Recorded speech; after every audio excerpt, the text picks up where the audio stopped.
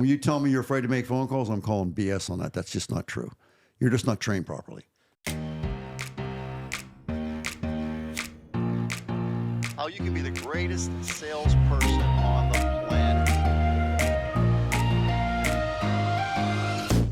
Welcome to the Rethink Sales Show. My name is Derek Kelly. I am joined by Jim Shorkey, and welcome to part 2 of the 5 most common sales mistakes that people make. We're probably going to have more than 5 because we're just going down the list. Sure. And Jim is saying some are true, some are not true, and we just love jumping in. So stay tuned. It's going to be a really good episode. So Jim, you went over some common sales mistakes last episode. So guys, please watch that, like, comment, subscribe. It really helps people be found by what we're doing and impact their sales. So Jim, number 1, the next common sales mistake that I see is failure to follow up. Have you seen that, and what does that look like? It's disastrous. Yes. Why would you do that? Yeah. That doesn't even make sense. It just doesn't make sense. Yeah. You know, you need to take a shower every day. You need to brush your teeth a couple times every day, at least. Yeah. And you need to follow up. It's just part of the deal. You also need to put your seatbelt on when you get in the car. So, you know, if you're not going to follow up, why are you here? That's crazy. And it should be something that you enjoy doing. If you get good at it, and maybe it's a lack of training, but if you get good at following up, it's actually a lot of fun. And so I think maybe part of the problem with salespeople in general who don't follow up is they're just not real good at it. So I would say back to what you hear me say a lot is training. Yeah. Yeah. So let me give you a couple ideas about number 1, how important follow-up is. But let's talk about phone skills, okay? Mm-hmm. So the first piece of advice I would give you is get a headset. And so the reason I want to use a headset is because we've already discussed this, but 40, 50, 60, 70, 80, whatever the number is, a vast majority of your communication is nonverbal. And when we're on the phone, we tend to sit on our hands, figuratively speaking, or maybe literally. And you don't want to do that. When you're on the phone, you want to use your nonverbal communication on the phone. It comes right through the phone. So my first piece of advice in terms of phone training today, let's smile into the phone. When you smile into the phone, your voice changes and the client can pick up on it. So let's smile into the phone. Back to the headset. The reason I want a headset is because I want to free up your hands. I want you to be able to use your hands to make your point over the phone. So if you say, for example, this is a great car, this is a great car. It changes the tonality of your voice. It comes right through the phone. I also want to facilitate you standing up. You're much more enthusiastic when you're standing up than when you're sitting down. I have to work to be enthusiastic when I'm sitting down. But when I'm standing up, it's a natural flow. So I want you, when you're making your phone calls, to stand up, okay? And actually, if you could, it'd be great to be able to walk around, as you're on the phone. Now, with me, it was not a wireless system, so I was wired into the phone, but I could stand up. And I was much more enthusiastic on my feet than I was sitting down. So I made a point to use my smile, use my hands to make my points. And again, I'm much more enthusiastic when I stand up. Now, why am I talking about enthusiasm when we're making phone calls? Selling is nothing more than a transfer of enthusiasm. Right. In order to transfer enthusiasm, I have to have it to begin with. And this is something that you need to work at, enthusiasm. And the true root meaning of the word enthusiasm means having the Spirit of God inside of you. That's what it means. And this is not a religious discussion. It's not. But we can maybe shorten and say, well, having spirit, like a pep rally in your belly, the spirit inside of you that you're going to then transfer to the client. You can't pour from an empty vessel. So we want to be enthusiastic when we make these phone calls. We want to use our body language to go right through the phone. And that's tonality, facial expressions, again, enthusiasm, hand motions, the whole thing. So that's what I would say is let's work on training our people how to do proper phone technique. Does that make sense? Yeah, it does. Okay. And if we get better at it, like Jim Rohn always said, things get better when you get better. What if that's true? What if things really did get better when you got better? Yeah. So if you think about it, we're going to make phone calls. We have to. Otherwise, in the Jim Shorkey Family Audit Group, if you decide you're not going to follow up on your clients, then you need to make room for somebody else, because this is really important. If you have a client that you talked to yesterday, yeah, and you never call them back, What are you saying to that client? You don't care. You don't care. Yeah. What's the number one rule of the Jim Shorkey Family Auto Group? Love the customer. How can you love a customer that you don't care about? You can't. You can't. Yeah. So you're really telling a client that you don't care. You don't care. You don't love them. You're totally going against the philosophy of the Jim Shorkey Family Auto Group. So hence, we're going to miss you. Yeah. We love you. We love you. You're great. You're an awesome person. But you're not making your follow-up calls. We're going to miss you. Yeah. Nice knowing you. You can't be here. Yeah, it's crucial. I remember I had a guy who was a friend of mine and also a client, and he was in the high ticket financial sales kind of realm. And he went to a conference in Florida and he got some leads. And I remember talking to him, I said, I'm not going to name names, but he got some leads from the conference and it was a bunch of high skilled professionals there. And he said, oh, I got 8 names. I said, how's the follow-up going? Oh, I sent a couple emails and I called a couple times. It's like, man, knowing from a marketing background, that's what my specialty is in, that you got to follow up 7, 8, 9 times to finish that. It's like, all you had to do is make 3 or 4 more phone calls. Now you may need to make more, but to those people again to finish it. And it didn't work out for him. And it's just like, why do we stop? What are we afraid of, Jim? Why do we stop following up? That's an excuse. That's an excuse. You can make excuses or you can make money, but you can't make both. Yep. So for you to tell me you're afraid to make phone calls, I'm calling bullcrap on that. Yeah. You know, I'm afraid of falling off a 40-story building. I'm not afraid of making phone calls. Yeah. Am I uncomfortable making phone calls? You betcha. I am. Yeah. It's a challenge. But you know what? We were talking earlier off camera. We were talking about, what were we talking about? Liver and broccoli. Yep. And I made Jess, I said, Jess, and she loves liver. I said, tell me you don't like liver. And she did. We were role playing. And I said, what does that got to do with it? It's really good for you. Yeah. And that's my famous thing over the years is broccoli. I don't like broccoli. What's that got to do with it? Yeah. Yeah. I don't like doing push-ups either. Yeah. I don't. That's not, I can't wait to do my push-ups. But you know what? It's important for the things that I want to do in life. It's important for me to do my push-ups. And guess what? I can't pay somebody else to do my push-ups. I got to do my push-ups. So back to the follow-up, it's mandatory. It's not optional. It's mandatory. I can tell you one area where I would say, okay, you're good. Okay, we're talking to the car salesman out there. Okay, you sold 30 cars in the month of August, Mr. or Mrs. Salesman or Miss Salesman. I don't want to be disrespectful with the pronouns, but you sold 30 cars, salesperson, and you missed some follow-up calls. Give me a hug. That's okay. Yeah. You sold 10 cars and you missed some follow-up calls. Time for you to go. Yep. So there are times when you really can't make the phone calls. I mean, if you're with a client, obviously you can't make follow-up calls then, and you do the best you can. But the phone calls have got to be a priority. We went over that the last time. So we're going to call our clients first that we talked to recently. We're going to call our referrals. We're going to call our repeats. We're going to do prospecting at the very end of this whole thing. If we have time, make our downtime prime time. But follow-up is mandatory, and there's money in follow-up. And I think if we could get better at making the calls by proper phone call technique and etiquette, then I think, and here's what I'm going to say about that. So let's say we're making phone calls, right? Yep. I'm going to go right to math. Yep. I'm going to go right to probability. We're making 10 phone calls. Yep. We sell 1 car as a result of those 10 follow-up calls. We make 10 more, we sell 1. We make 10 more, we don't sell any. We make 10 more, we don't sell any. We make 10 more, we sell 1. So we've now made whatever that was, 50 calls. We've sold like 2 3 cars. out It's of like 40. 3 out of 50. Yeah, that's pretty frustrating. Yeah. Okay, so we're going to do some training. Yeah. We're going to get the headset.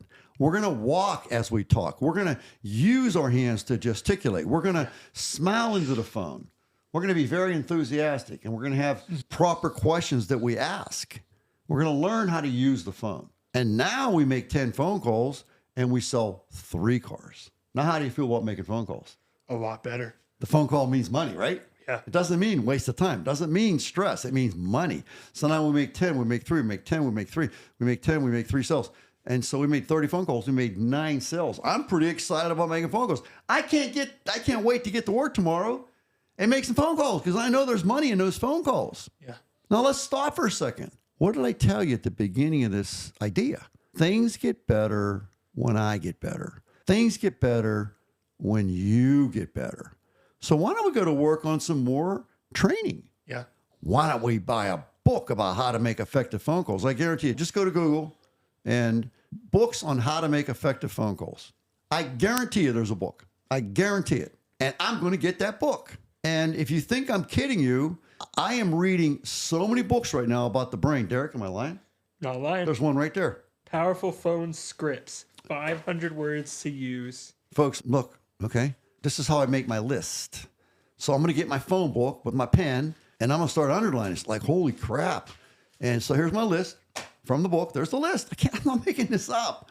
And it says, An Alchemy of the Mind by Diane Ackerman. That's another book. I'm going to get that book.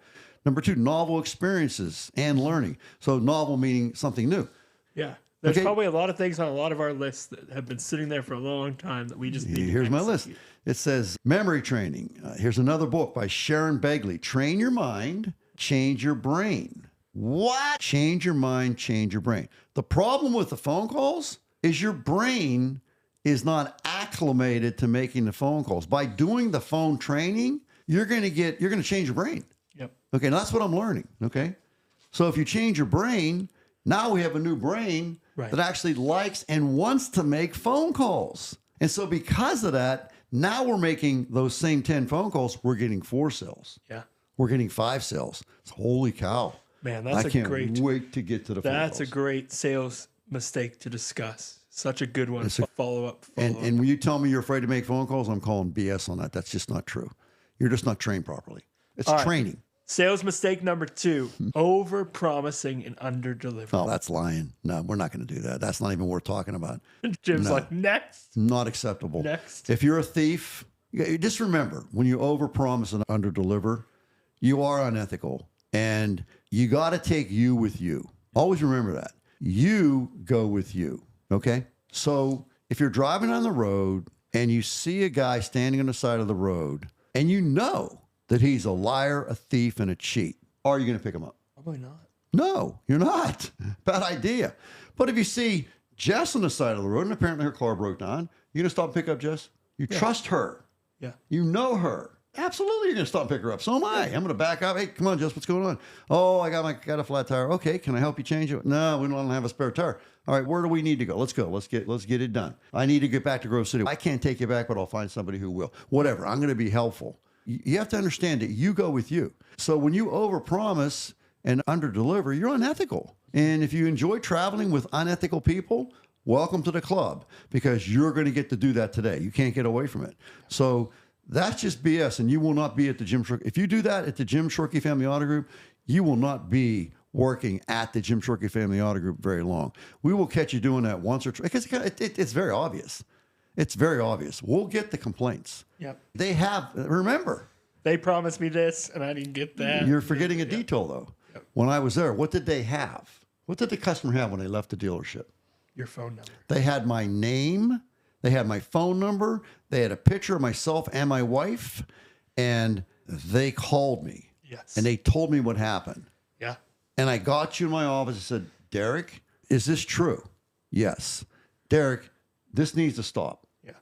This is not acceptable at the Jim Shorkey Family Auto Group. I will stop. Okay, you will stop. Is that a promise? Yes. Are you serious this time? Yes. Because, Derek, I just want to let you know the rules here at the Jim Shorkey Family Auto Group. If you do this again, you're gone. You no longer have a job here at the Jim Shorkey Family Auto Group. And when you use my name as a reference, I will tell the people, I'm not going to tell them what happened, but I will tell them that I'm not going to give a recommendation. Yeah. I'm not going to do it. Yeah. Okay? Because I'm not going to lie. Yep. Because remember, why am I not going to lie? Because it's not on you. You didn't make that mistake. Wait a second.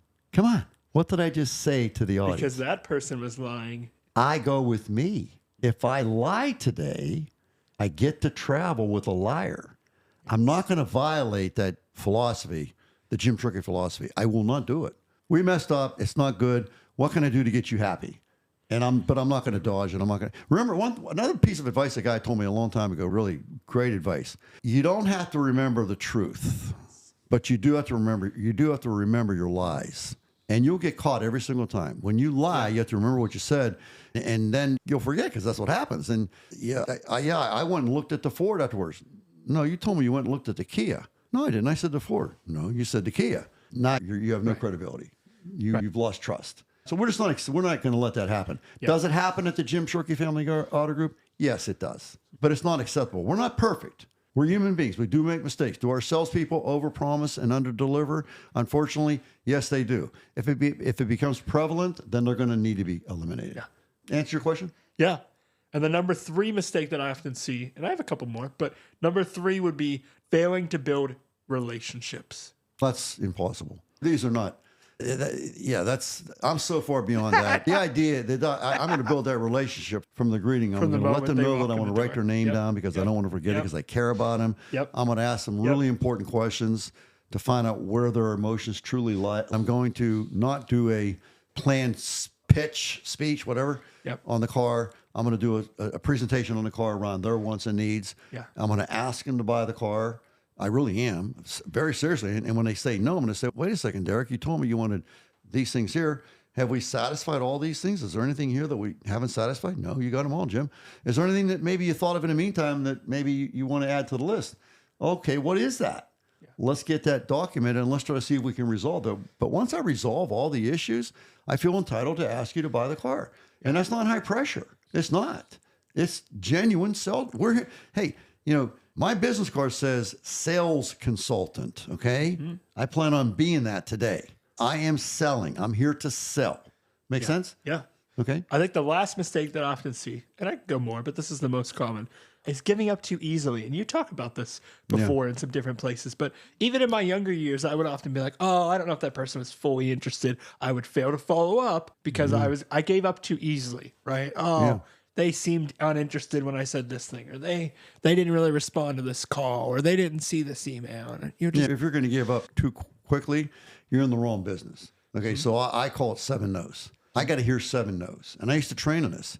And what would happen, I actually drew it on a whiteboard, okay? And so the first attempt at me closing the deal would be a large no with an exclamation point. The second attempt at the close would be a smaller no with an exclamation point. But you notice it's a little weaker. This is how it works. Okay, this is in fact how it works. The third attempt would be another no, smaller, with an exclamation point. The fourth attempt would be another no with no exclamation point. I'm making progress. The client doesn't want to tell me no, but they feel like they have to. It's almost like ingrained. If I say yes too quick, they're going to get me. They're going to get me or whatever. The fifth one is a maybe. So close 1, big no. Close 2, not as big of a no. Close 3, smaller no, exclamation point. Fourth, smaller no, no exclamation point. Fifth, maybe. And now I know I'm making progress. And so I ask a couple more times until I get a yes. And it's not. Wonder why they feeling so entitled to say no. It's when you want to save time. It's just a natural. It's a natural human response.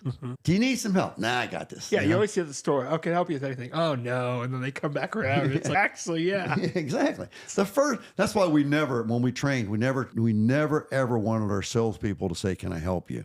You know how you can help the client? Do you know? Figuring out what they need. Nope. You can pay their bills. You can give them some cash today. That's how you can help them. Buy them lunch, buy them dinner, take care of the car payment. That's how you can help them. And that's what you're when you say, can I help you? Really, that's what, can I help you? No, don't ask that question. Yeah. The approach should be, good morning. Welcome to the Jim Shorkey Family Auto Group. I'm so glad you stopped in today. My name is Jim Shorkey. And what is your name, ma'am?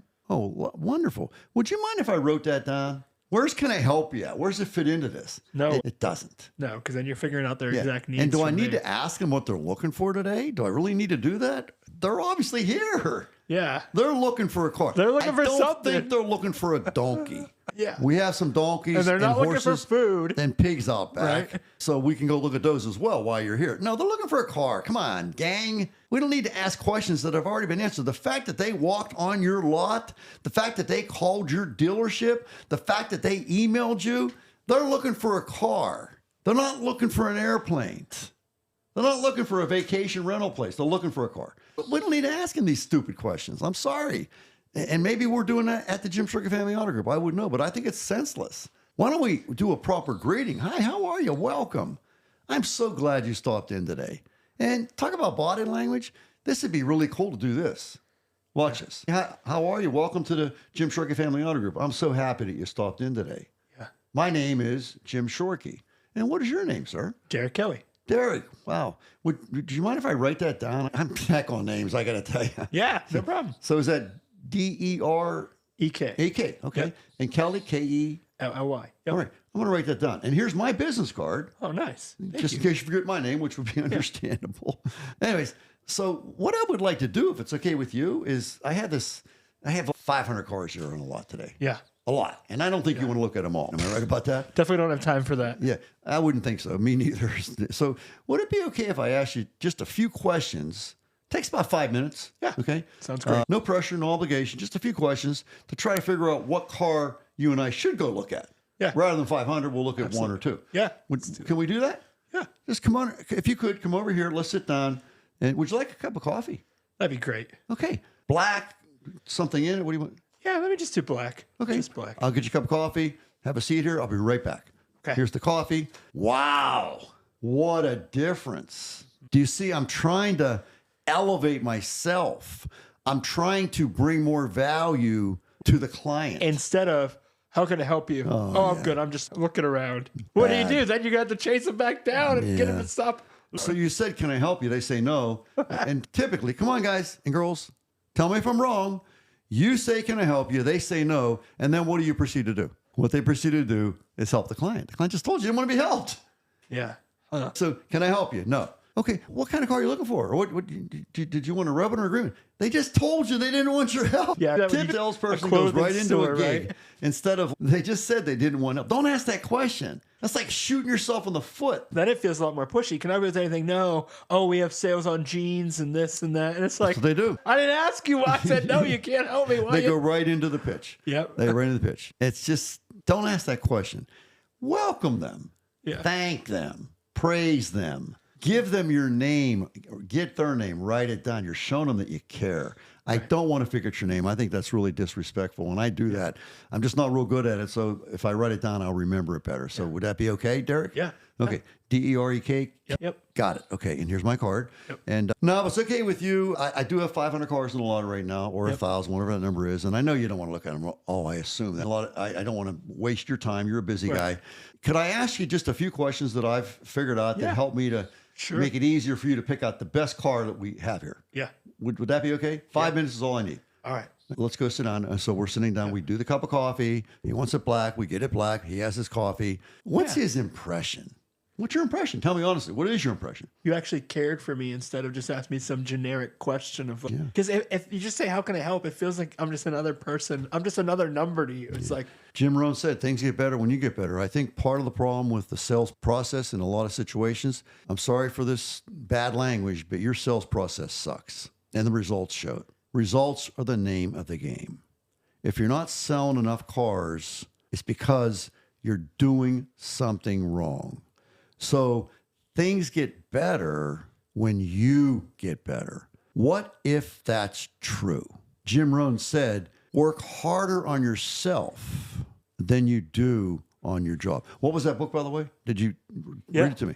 it was Tell me what it says. Powerful Phone Scripts, 500 word-for-word questions, phrases, and conversations to open up more sales conversations. Do you think we could get some nuggets out of that book? 500? I don't think you need to What do was all... what was the rating of the book? Let's see. It says 4.6 stars. That's a good rating. I want that book. Reviews. Are you kidding me? Get that book. What's the name of the book so they can get it? Yeah. Put a link. Can you put a link in this? Yeah.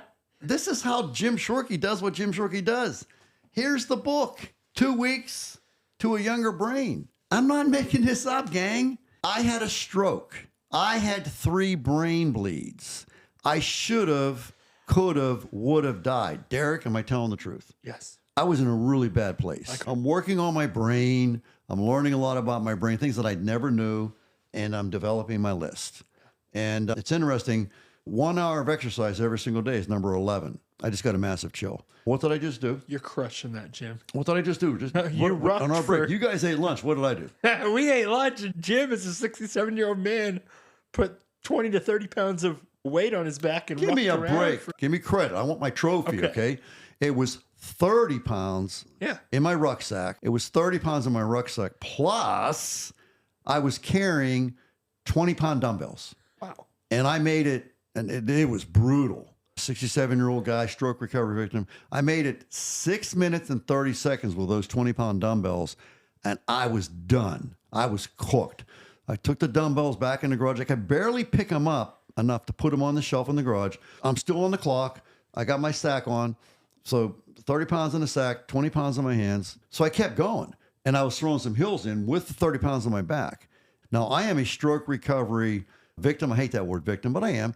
And everything I've read is exercise. And that's number 11, 1 hour of exercise. One of the things that I am being told to do is to do a resistance training for 30 minutes, 3 times a week. Okay. And I wanted to get that 30 minutes in. It's actually a little north of 30. So I got that's 1 for the week so far.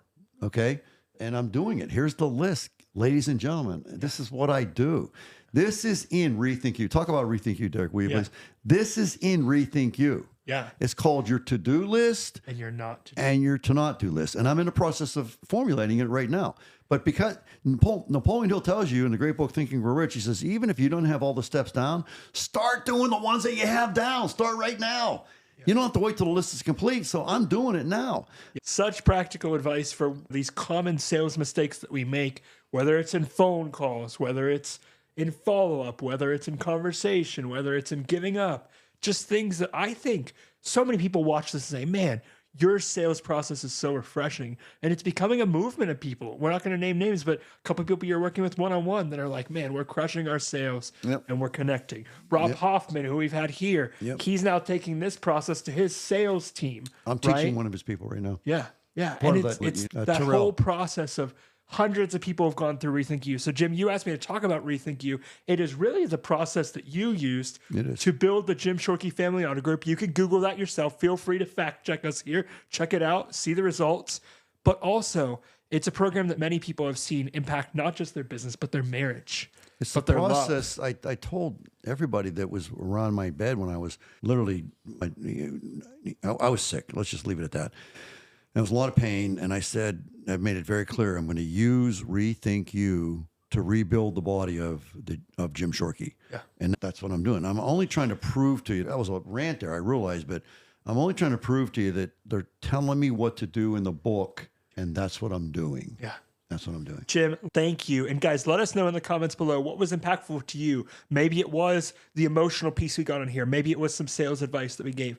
And subscribe and continue to journey with us. Can I say one more thing? Yeah. If you want to be a great salesperson, fall in love with making phone calls. And if you train properly on making phone calls, you will fall in love with it. And you will double your income inside of a year. Get that book. It's rated close to 5 stars. Yeah. The one fella said, this is like everybody who's in sales needs to get that book. What are you waiting for? Have you ordered it yet? Yeah. How much was the book? It's probably what, $1,000 for that book? It's a little more expensive than other ones. How much but is it was $15, I'll bet. 25. Okay, that's okay. It's But not I mean, what, you get it used for 16. So it's not what it costs you to buy the book. It's what it costs you if you don't buy the book. Right. I'm telling you right now, if you don't buy that book, I don't care what you're selling, it's going to cost you at least $50,000. And the reason is because the hand that picks up the book and reads the book and does what the book tells you to do is not the same hand that puts the book down. The hand changes. And that changed hand gets way better results. Yeah. So it's not what it costs you to buy the book. Yeah. It's what it costs you if you don't buy it. Yeah.